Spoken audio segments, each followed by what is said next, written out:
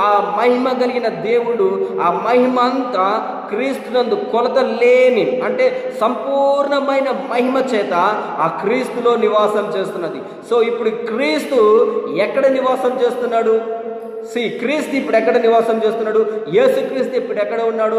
ఆ పరిపూర్ణమైన మహిమ కలిగిన వ్యక్తి, ఆ సంపూర్ణమైన మహిమ కలిగిన వ్యక్తి ఎక్కడ ఉన్నాడంటే నీ యొక్క హృదయంలో ఉన్నాడు. అందుకనే దేవుడు అంటున్నాడు, నీ యొక్క హృదయమే నా యొక్క దేవాలయం, నీ యొక్క హృదయంలోనే నా యొక్క మహిమ నుంచి ఉన్నాను, నీ యొక్క హృదయంలోనే నేను నివాసం చేస్తున్నాను.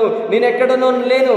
నేను ఇంతకుముందుకు ఆ పొదను కోరుకున్నాను, ఆ మండుచున్న పొదను కోరుకున్నాను, లేదంటే ప్రత్యక్ష గుడారాన్ని కోరుకున్నాను, లేదంటే సొలొమోను మందిరాన్ని కోరుకున్నాను. కానీ ఇప్పుడైతే నీ యొక్క హృదయాన్ని నా యొక్క దేవాలయంగా కోరుకుంటున్నాను అంటున్నాడు దేవుడు. ఇప్పుడు నీ యొక్క హృదయంలోనే దేవుని యొక్క మహిమ ఉన్నది, నీ యొక్క హృదయంలోనే దేవుని యొక్క ప్రసన్నత ఉన్నది. సో ఈరోజు మీరు చూడండి, ఆ ప్రసన్నత మీలో ఉంటే నీది ఏ సమస్య అయినా, నీది